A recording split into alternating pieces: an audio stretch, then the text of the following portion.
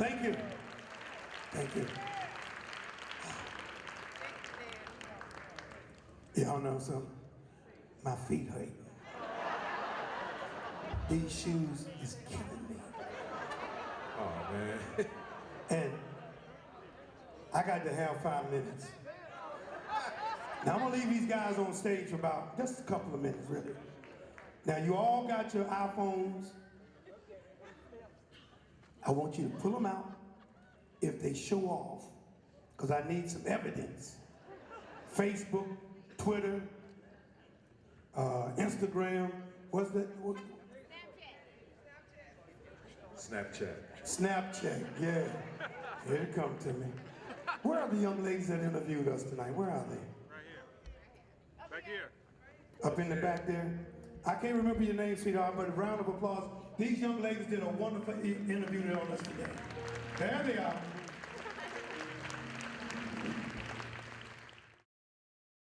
Okay, well, good evening. My name is Crystal George. I'm a mass communications major from South Carolina, and I'm a minor in psychology. I'm a junior here at Claflin University. Good evening. My name is Tammy White. I'm a junior mass communications major with a concentration in public relations and a minor in business and marketing. And it's quite a pleasure to see you all tonight. And can you all tell me who you are? I'm Gerald Alston. I'm Troy May. I'm Dave Tyson. I'm Dwight Fields. Together, we're the Manhattans. Do you think music has evolved over the years, either positively or negatively? Yes, it has, and a lot of ways, more positive than negative, but the way that I started out in the music is more or less of a change. I wouldn't say negative, it's more or less of a change from what we're used to. So it's making us or groups of our era come out of our comfort zone. Also, like now there aren't many successful like male groups we see mainstream. So could you tell us like what, like during you all's time, what was like your motivation? How did you all like remain the Manhattans for like over half a century? It's because, first of all, we loved what we're doing, and the songs that we wrote. And back then, we sang about life. We sang songs about life that people can identify with, what they were going through with, what we may have been going through. And the best part is that it was identifiable, number one. Number two, it was easy for them to sing it. You know, we melodies, all of our melodies, you could sing with us, you know. And that made a difference. And plus, we all wanted the same goal. We were trying to go the same direction. Sometimes we had our different ways we wanted to go, but we still did what was best for the group. And I think I know that had a lot to do with and being humble.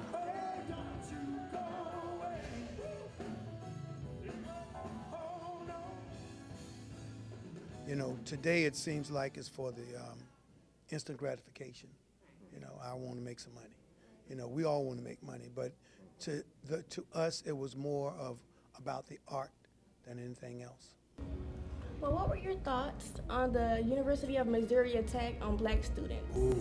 You know, since I don't want to go back that far, but it seems as though things have gone back to the 50s and the 60s. You know, that we have to prove who we are, you know, be careful what we say, you know, and the best example is when President Obama won president the first time. It was like we're taking over, you know, and it's just something that hard to believe, hard to live with. But we have to, as a people, have to just continue to move forward, keep God first in our lives. You know, we can't stoop to their level, to the people that are doing this. You know, every cop is not a bad cop. You know, but you have to rise to the occasion. You have to just keep your focus forward. You know. It's sad that in this day and age, that mentality is still around. I mean, this is coming up on 2016, and that mentality is still there. And I imagine it's going to be there even longer. But just like Gerald said, we have to evolve. We have to move forward. We have to make them come up to us. We can't always feed into it. The unity together and continue to get stronger with one another to, to really that we can do something about it in the future, because, it keep happening over and over and over again. And I believe that if we just come together stronger in unity as a people, not as a race, but as a people, I believe that, we really, really can turn this thing around, because it's like, it's happening, and you're just putting it in our face that, this is happening, that this is what we're gonna do. And I don't think it's right, I know it's not right, and society knows it's not right, but we just have to stay together in unity and just be strong. Let's just kiss and say goodbye. The songs that I'm like familiar with is like Kiss and Say Goodbye and Shining Star. Like, what were you all's like motivation during that time? Kiss and Say Goodbye was written by the late Blue Lovett, and it was a song that actually he had a dream about. I remember the morning he called me. We were getting ready to have rehearsal, and he said, "Come over a little early. I want you to hear this song that I had a dream about." And I woke up and I played it. And I remember the first thing he played was, "It's gonna hurt me, I can't lie. Maybe you meet another guy." And then he just taught me that line first. And then we went into the verses. He started putting a verse together. And the song was so true. He never answered the question. Everybody asked him, "Did you experience this?" He would never tell a story. But it was a song that was true to what happens in life. Sometimes people fall in love, and it shouldn't be, because they both have somebody else, and that's what that song was about. But it all came down in the wash that they had to go back to the ones that they were really with, and so they had to kiss and say goodbye. But he never told the story, so I can't. I can only tell you my interpretation of it. I do know a lot of artists at that time, and I wasn't around anyway, but I do know a lot of artists at that time, like Gerald said, they spoke from real life. This is what they 9 times out of 10 experienced.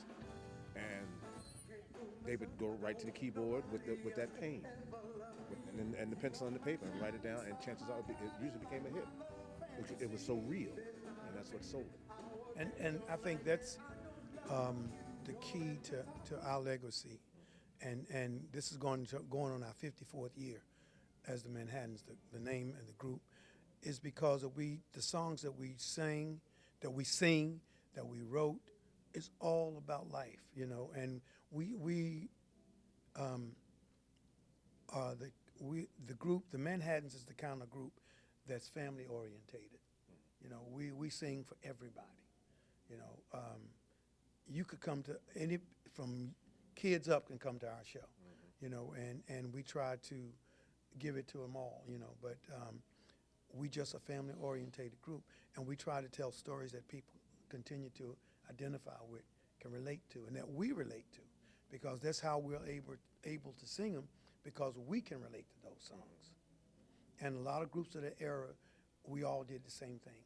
And the biggest part of that was that, which nowadays is not that many stand-up groups, but you could tell the difference in the vocals.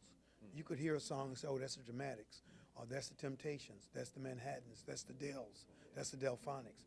And a lot of artists today, you have to, if you don't wait that end of the hour on radio to hear them say who was singing the song, you may not know. We always been able to be identified by our sound. Our songs are bigger than the group. Now, what is some advice you would give to newly formed artists in this generation? My advice to them is to,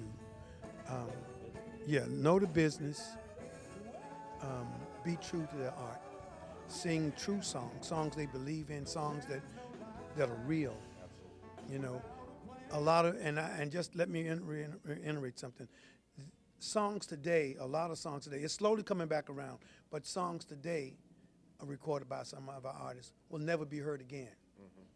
Now, you hear songs that you hear from us tonight, some of these songs are 35 and 40 years old and sound just as good now as they did back then.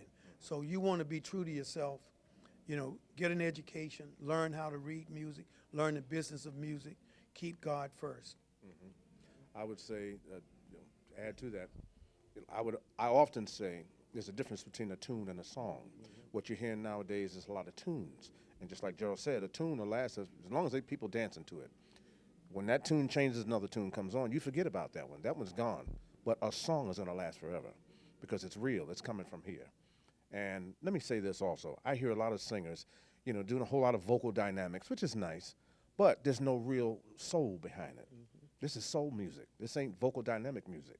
Soul music. These cats sang soul music. There's a difference between the two, you know what I mean? So don't be so much concerned about new artists. Don't so concerned about the vocal dynamics. Come from here. And you'll find you won't need all that vocal dynamics. And you'll come across stronger, a lot stronger. Sometimes you don't have to really talk about what you have on your mind. And a lot of times it comes through your music. And that's where the message is. Sometimes you put the message in your music and everybody will understand it. Because that's where the love comes from. Well, keep it, they said keep it good, write good songs, and keep it clean. You know, because this next generation coming up, they needs that, you know. And, you know, I just, you know, basically think that that's what they need, just keep it clean and write good songs and tell good stories. Because, you know, it's great stories to be told, you know, in music, and it always will be. And that's basically. One more thing I'd like to say. This year, last December, we lost the 3 remaining members, original members of the group. And I'm the only member, one of the original members still exists that's alive today. But we made a promise, the 4 of us, that we will keep the legacy going. And in order to keep that legacy going, we have to continue what we've been doing. Stay humble. Keep singing the type of songs that we sing. You know, keep God first. And most of all, be humble to our fans. We are not doing our fans a favor by singing for them. They're doing us a favor by coming to see us perform. And we got to always remember that. Thank you so much. We enjoyed having you here at Claflin University. You all really, like, for me, it's like a traditional feel. And I'm really, like, excited to have you all here. So thank you for coming. Thank you. And the best of everything for both of you. Yes, indeed. Thank you. Thank you. And once again, I'm Tammy White, And I'm Crystal George. and it was an honor interviewing you all. Thank you. Thank you.